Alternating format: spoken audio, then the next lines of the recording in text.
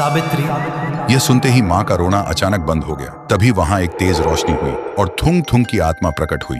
माँ को यह नजारा देखकर यकीन ही नहीं हो रहा था।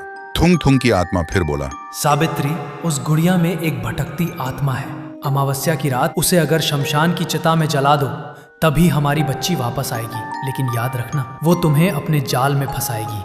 यह सुनते ही माँ ने रोते हुए थुंग थुंग को छूने के लिए हाथ आगे बढ़ाया, लेकिन अगले ही पल थुंग थुंग की आत्मा गायब हो गई। इसलिए माँ को लगा शायद यह सब उनके दुख और मन का वहम था। फिर वह घर की तरफ लौटने लगी, लेकिन जैसे ही उसने घर की चौखट पर पैर रखा, माँ अचानक रुक गई। उसने देखा वह गुड़िया वहाँ पड़ी थी और तभी वह गुड़िया धीरे से बोली, माँ, अब कहाँ चली गई थी मुझे अकेली छोड़कर? मेरे साथ छुपन छुपाई खेलो ना। ये बोलते ही वह गुड़िया अचानक वहाँ से गायब हो गई। तभी अचानक माँ को मीरा की आवाज सुनाई दी।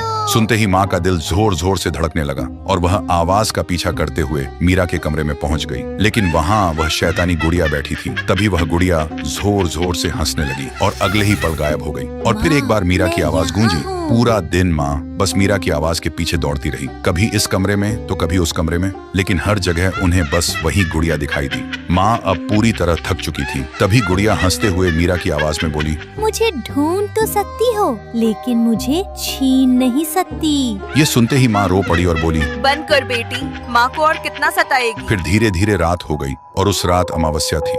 रात को देखते ही माँ को याद आया श्मशान वाली बात। अब माँ समझ गई थी इस शैतानी गुड़िया को ताकत से नहीं बल्कि प्यार से हराया जा सकता है। फिर माँ एक लोरी गाने लगी जो मीरा को बहुत पसंद थी।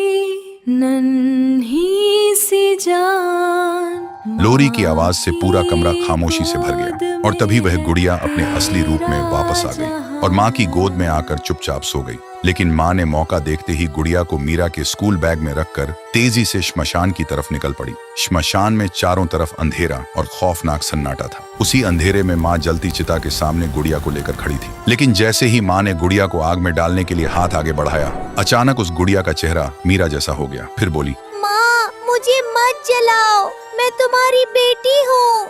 सुनते ही माँ के हाथ कांपने लगे और उसकी आंखों से आंसू बहने लगे। माँ पीछे हटने ही वाली थी, लेकिन तभी माँ को अपने मरे हुए पति की बात याद आई। वो तुम्हें अपने जाल में फंसाएगी। तभी माँ ने आंखें बंद की और जोर से चीख कर बोली, तू मेरी बेटी नहीं है। और उसने बिना सोचे गुड़िया को चिता की आग में फेंक दिया। आग लगते ही गुड़िया से एक भयानक चीख निकली जैसे कोई जिंदा जल रहा हो और देखते ही देखते गुड़िया धीरे धीरे राख में बदल गई। माँ वहाँ से रोते हुए भागती हुई सीधा अपने घर आई। घर आते ही उन्होंने देखा मीरा दरवाजे के पास खड़ी है। ये देखते ही माँ की जान में जान आई और वह वहीं गिर के फूट फूट कर रो पड़ी। मीरा दौड़कर माँ के पास आई और माँ के गले लग गई और उस दिन के बाद से उनके घर में फिर कभी कोई अंधेरा नहीं आया। अब सब कुछ ठीक हो चुका था।